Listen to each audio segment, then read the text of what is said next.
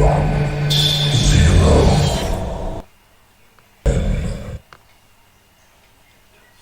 pagi anak-anak, selamat berjumpa lagi dalam pembelajaran di pagi hari ini. Pada pertemuan ini kita akan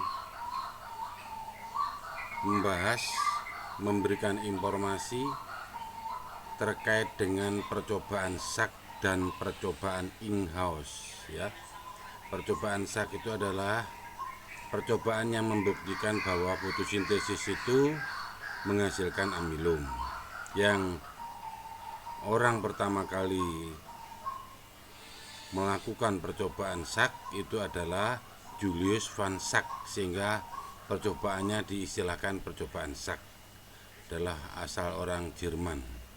Sedangkan in-house itu adalah orang yang pertama kali membuktikan atau mencoba bahwa fotosintesis itu menghasilkan oksigen. Nanti kita akan pelajari itu. Mari kita ikuti.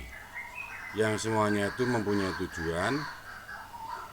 Untuk percobaan SAK itu tujuannya otomatis membuktikan bahwa fotosintesis itu memerlukan cahaya dan menghasilkan amilum.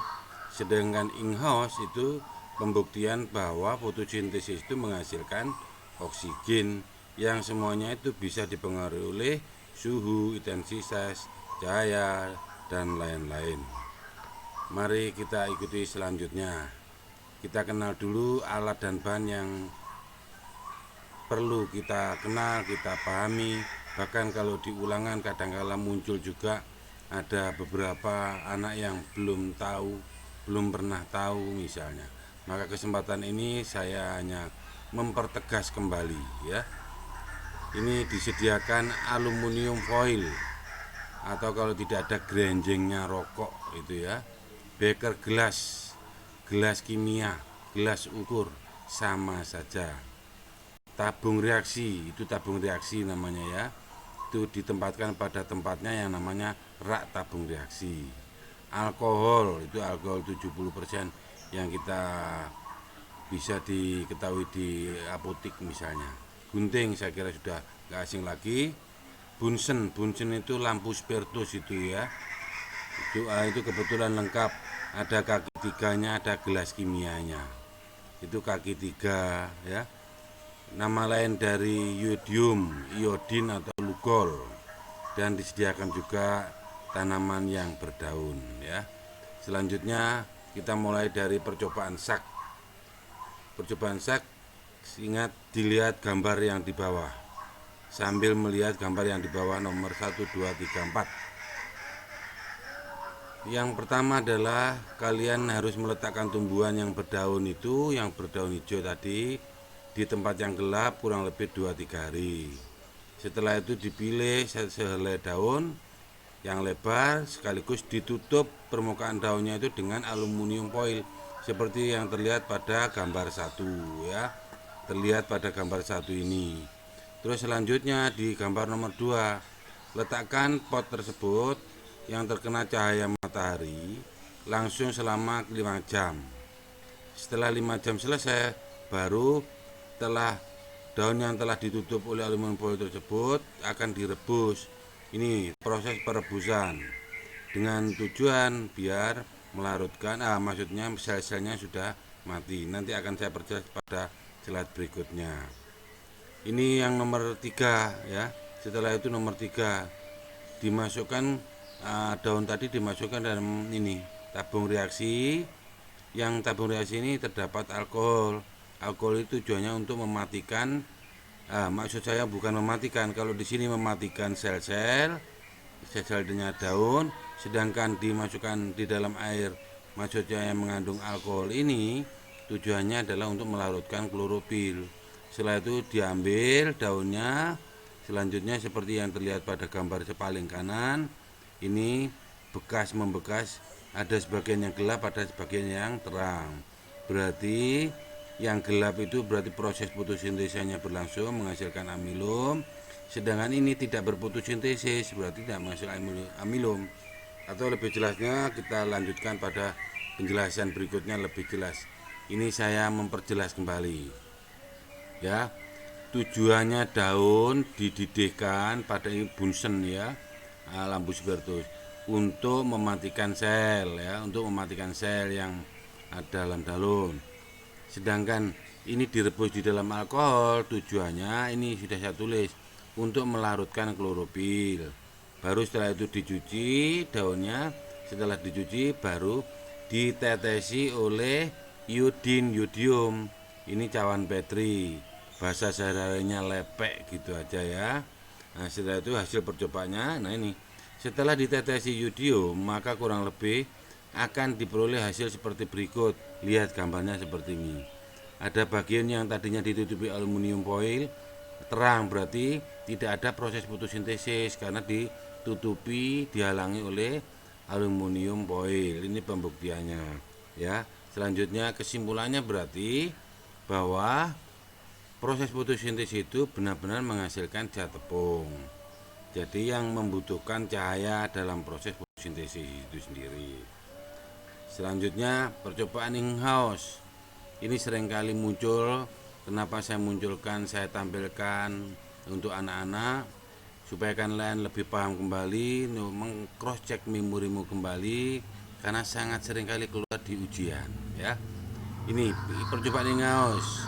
In-house ini tujuannya adalah seperti yang sudah saya sebutkan tadi, yaitu pembuktian bahwa fotosintesis itu menghasilkan oksigen. Alat dan bahan seperti yang tadi saya kira sudah saya munculkan ya. Gelas kimia, corong, ada kawat pengait, ember, tabung reaksi, pinset, pisau, tali, ada air, ada hidrila, ada NaCO3 ya. Atau lebih jelasnya kita ikuti berikutnya. Ini cara kerjanya, saya kira sudah kami siapkan. Ada tumbuhan hidrila, siapkan air di ember. Saya kira umpama ini sudah semua terpenuhi, sudah siap, maka lihat seperti ini. Nah, nanti kita membuat dua eksperimen. Satunya ada cahaya, terkena cahaya matahari yang sebelah kiri, yang sebelah kiri ini, sedangkan yang sebelah kanan tidak terkena cahaya matahari. Nah, ini hanya dalam bentuk gambar saja ya, sambil saya tegaskan, saya informasikan. Ini nanti lama kelamaan ya, atau saya kenali dulu. Kenalkan dulu nih tabung reaksi ya. Ini tumbuhan hidrila, ini ada corong, ini kawatnya ya. Nah, terus ini nanti lama kelamaan maka akan muncul gelembung-gelembung udara. Nah, kalau ada fotosintesis berarti udaranya ini, gelembung-gelembungnya itu semakin banyak dibanding dengan ini sedikit. Ini katakanlah sedikit begitu aja ya. Karena sedikit apa? Karena proses fotosintesisnya tidak terlalu banyak, tidak sesering pada yang ada di sini. Yang jelas bahwa fotosintesis itu mengeluarkan gelembung-gelembung.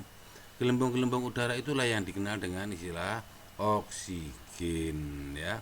Minimal kamu kenal, minimal kamu tahu. Suatu saat kalau seandainya ada pengembangan ulangan, misalkan tumbuhan apakah yang bisa dipergunakan oleh in-house untuk membuktikan bahwa pada saat fotosintesis itu mengeluarkan CO2 oksigen, berarti adalah tumbuhan hidrilla. Minimal kamu tahu ya, minimal kamu tahu. Pasti saya yakin ada pengembangan soal, saya yakin kamu akan bisa. Nah, ini tabel pengamatannya ya. Nih setelah 5 menit banyak yang terkena sinar matahari, banyak gelembungnya. Yang tidak kena belum ada gelembung ya. Ini sifatnya informasi saja. Karena situasinya hanya pandemi tidak bisa tatap muka, maka saya informasikan langsung hasil pengamatannya. Terus ini 55 menit kemudian maka gelembung semakin tambah. Ingat, yang terkena matahari selalu bertambah terus terkait dengan gelembung-gelembungnya. Tapi kalau yang tidak terkena matahari sedikit, itulah perbedaannya ya. Selanjutnya adalah saya tambah ini wawasannya, pembuktian fotosintesis mengeluarkan oksigen itu ya, ini gambarannya untuk menggugah inspirasimu saja ya. Ada sinar matahari yang masuk, itu ada karbon dioksida yang masuk, CO2 ya. Setelah itu oksigen keluar, berarti kalau oksigen keluar ini berarti sudah terjadi fotosintesis. Sudah barang tentu pada saat itu yang dibutuhkan adalah air masuk ya. Nah, pembuktian berikutnya seperti ini. Disediakan ini congkop, ini namanya sungkop ya, seperti plastik, bukan plastik, kaca ini ya. Di dalamnya sudah tersedia tikus dengan lilin ya, lilinnya menyala. Pertama seperti ini, tapi lama kelamaan ternyata ini siapa tikus mati, begitu juga yang ini mati.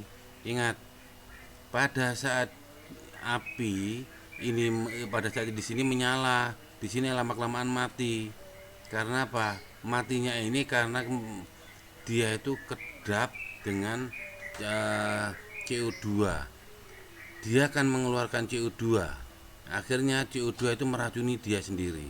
Lain dengan ini, ada tumbuhannya kan menghasilkan oksigen. Ini semakin membara, ini semakin membara. Ini masih hidup. Nah, sehingga CO2 itu tidak dibutuhkan oleh makhluk hidup untuk bernapas karena bisa meracuni. Yang seharusnya dikeluarkan kok malah diserap kembali. Nah, ini pembuktiannya. Padahal ini hubungannya dengan tumbuhan dan api, apalagi pada manusia ya. Itu hanya sifatnya sekaligus untuk wawasan saja. Jadi sekali lagi, CO2 itu adalah yang membuat dia mati. Yang membuat dia hidup adalah oksigen ya. Percobaannya, kesimpulannya berarti bahwa fotosintesis menghasilkan oksigen. Nah, ini reaksinya seperti ini. Kadang-kala juga keluar di ujian itu bentuknya dalam bentuk reaksi kimianya.